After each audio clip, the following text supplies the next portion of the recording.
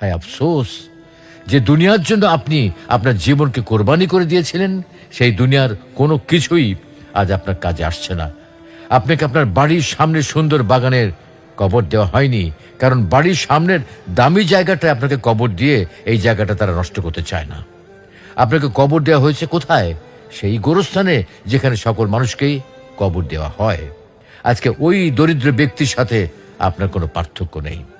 হ্যাঁ রে দুনিয়া, আজকে আপনার বাড়ির সামনের মূল্যবান জায়গাতে আপনাকে কবর দেওয়া হয়নি। আপনার মৃত্যুর পরবর্তী কিছুদিন পর্যন্ত আপনার প্রিয় মানুষেরা আপনার কথা মনে করবে, আপনার কথা ভাববে, কিন্তু তার কিছুদিন পর তারা আর আপনার কথা ভাববে না। তারা প্রত্যেকেই নিজ নিজ কাজে ব্যস্ত হয়ে যাবে। খুব দ্রুতই আপনি তাদের কাছে হয়ে পড়বেন এক অতীত।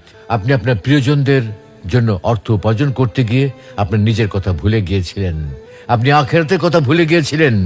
কিন্তু হয় আফসোস, আজকে এই সব কিছুই আপনার কোনো কাজে আসছে না। অতএব প্রিয় বন্ধুগণ, সময় থাকতে সাবধান হন। এখনো সময় আছে। এই দুনিয়ার মোহ ত্যাগ করে নিজের আখিরাতের সম্বল সঞ্চয় করুন।